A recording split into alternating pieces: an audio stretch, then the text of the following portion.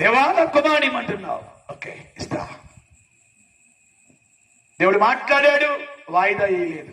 చాలా పర్యాయములు దేవుడు మాట్లాడుతున్నాడు నీతో, అయినా నువ్వు వాయిదా వేస్తున్నావు. మారు మనసు పొందమని మాట్లాడుతున్నాడు, వాయిదా వేస్తున్నావు. బాప్తిసం పొందమని దేవుడు మాట్లాడుతున్నాడు, వాయిదా వేస్తున్నావు.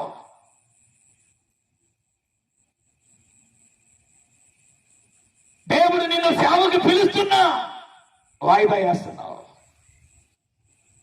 కానీ అబ్రహాం వాయిదా వేయలా. దేవుడు అన్నాడు, నీ బిడ్డను నీవు కుమారుడు నీవు ప్రేమించి ఇస్సాకును తీసుకుని నేను నీకు చూపించబోవు. ఎక్కడ కాదు, యెరూషలేము చుట్టూ దగ్గరగా కాదు, కొంచెం దూరం 3 దినాల ప్రయాణంలో ఒక పర్వతం ఉంది. ఆ పర్వతం పేరు మోరియా పర్వతం. 3 దినాల ప్రయాణం చేసాడంట గాడిద గంట కట్టి. తన ఇద్దరు పరివారం తీసుకుని,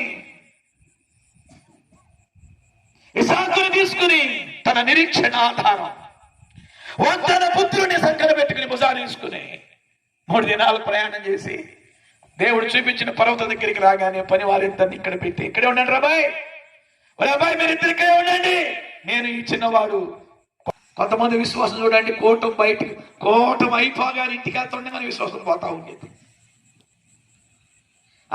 ఇంటి దగ్గర విశ్వాసం.